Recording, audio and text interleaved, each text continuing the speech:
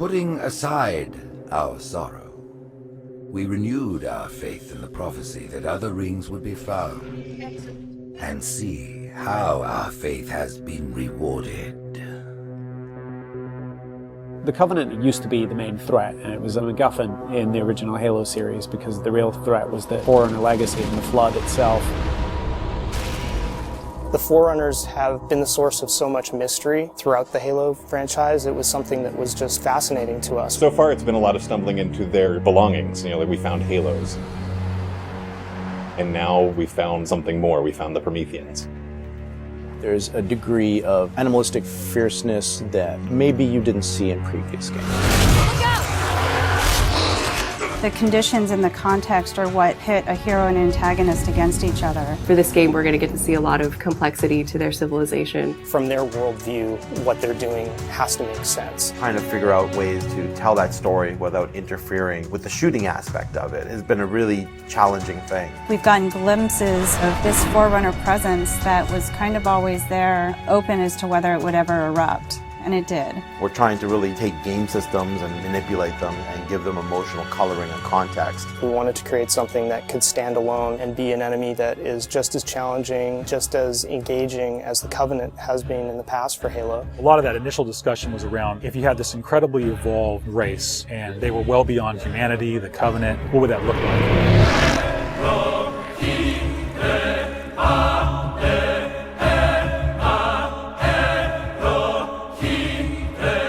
The design process for the Prometheans was intriguing, exciting, and then long and painful process. I think just because everyone was so invested in what they wanted out of them. How do you imply something strong, something vertical, something different? And how could we actually have a global logical language out of that Forerunner philosophy? Anybody who's played Halo goes, okay, Forerunners is the silvery angular stuff with blue lights across it.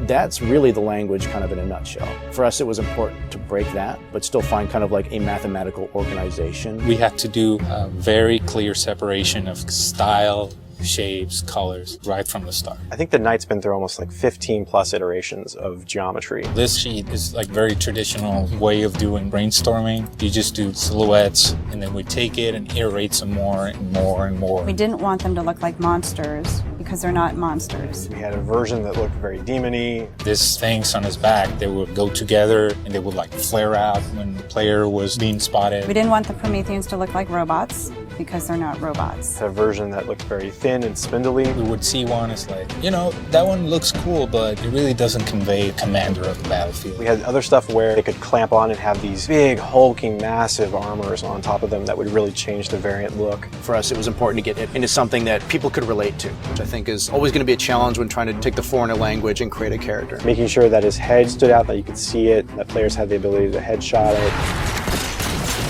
It falls also onto animation. They were able to bring these guys alive and make it feel believable and plausible and still be very fast and lethal. Locomotion didn't look heavy enough at one point, so we scrapped everything and did it all again. The Knight's like 12 feet tall, so if it doesn't feel heavy and menacing as it's walking around and doesn't intimidate the player, then we're not doing our job. There were not a lot of real-life elements that we could take. There are joints there, some of them are not physically connected. They're holed up with the space in between them, which is some of the features that the architecture has, which is big, massive buildings like floating, defying gravity. We wanted to keep some of that mystery and kind of the unknown in the characters as well. We even have the little micro driver arms in here, and then all the way to where we turn these layers off. We have the glowing skull. We thought it would be more of an impact if it's like a sarcophagus. It opens up and it's showing all this aggression. There's certain ways to approach fighting and elite with a group of grunts, and really what we wanted to do was change that up. The Covenant are tried and true. You know what you're going to get out of a grunt, you know what you're going to get from a jackal with his shield, the toughness of elites. Here are the brand new hooks to the sandbox. Prometheans are made up of the Knights, the Watchers, and the Crawlers. One of the big focuses for us in the design of the Forerunners was to have these different enemy classes that would be able to work together. Having this dissection so that when the player went into combat, he's sort of tactically evaluating which order to take guys out. They don't act independently of each other. You put any combination of them together, and the strategy you need to engage with them is really different. There are a variety of Knight classes. and each one of them is progressively more powerful. But your base knight actually starts just a little bit more powerful than an elite. But in addition to that, we wanted the knight to have his own set of traits and abilities. There's all kinds of these special features of each one of these characters that players haven't played in a Halo game before. You think about basic combat and counter design, a lot of the challenges designers face is how to introduce enemies. What would a Promethean do if it could bend time, space, form, matter? Knights can phase in out of anywhere. He's able to go where he needs to at any time, which is something the Covenant can't do. Heads up! Crawlers can walk on walls, walk on ceilings. If a knight shield bursts, crawlers will come rushing at you and try and melee the player to get more aggressive. These certainly slot into that grunt style combatant. And so there was certainly a want to make sure that we can get a lot of them on screen. If you let too many of them get together, they become a really formidable force. One-off, super fun to take out all together. It's like a pack of feral dogs. Its mandibles, when it screams, will actually separate and float around in the air while it's howling. Animation added so much fresh behavior to this character. It's very exciting. The Watcher is definitely a support class. One of the things we wanted to do with the Forerunner characters was constantly have them mix up their tactics and make the player react to it. The Watcher is able to regenerate knights. One of the things we needed to do when the Watcher design was coming along was make sure that the Watcher would actually fit inside of the Knight. That bursts out and swap to the actual Watcher asset. The Watchers are aware if a knight's damaged, they'll protect them, they'll catch grenades, so they kind of coordinate their efforts. The Prometheans feel like the most advanced of the bunch. They're able to bring all of their technology and wisdom to the battlefield. With new enemy class comes new weapon class. We literally concepted probably 200 weapons for this game before we settled on the half a dozen that went in. It's kind of like you've got that balance between humans' model of what a weapon's like and the desire to want to try and make something crazy and futuristic. We tried coming up with this perfect mix of stuff that was still relatable. You would still identify a weapon as a rifle or a shotgun or a submachine gun, even though they're almost magical.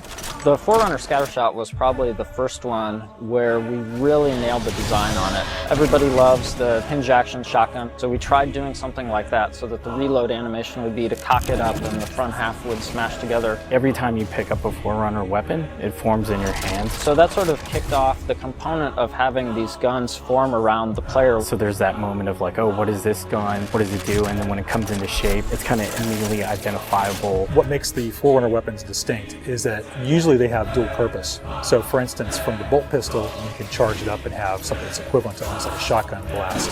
In the case of the light rifle, we actually experimented with doing dual firing modes. We tried to make it so that it was the best of both worlds with a BR and a DMR. It works like the battle rifle when you're not scoped. That has a little spread, has 3-shot burst, and it works like the DMR when you are scoped. So it's like a mini sniper rifle in a way. It actually changes to a different firing mode where the projectiles are stronger. One of the big things that we really focused on for them was making sure that the weapon doesn't just feel like a chunk of metal, but that it actually has glowing energy that's flowing through the gun, going down the barrel, so that everything is very full of life. The moment where all the Promethean effects really started to click the most was when we started showing the dissolve whenever you kill a knight. That was really when we started to feel, yes, this is something cool, this is something unique, and something that we haven't really seen before.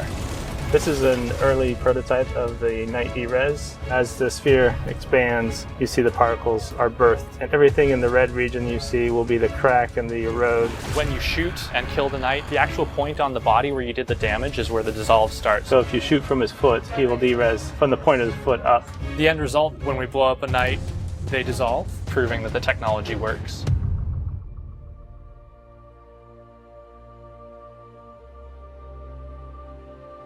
I look at the changes that we're making, and it really feels like we're making a sequel to Halo 3.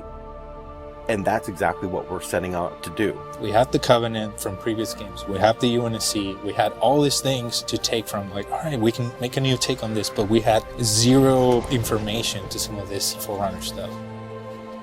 We're not just on a Halo, we're on a whole planet now.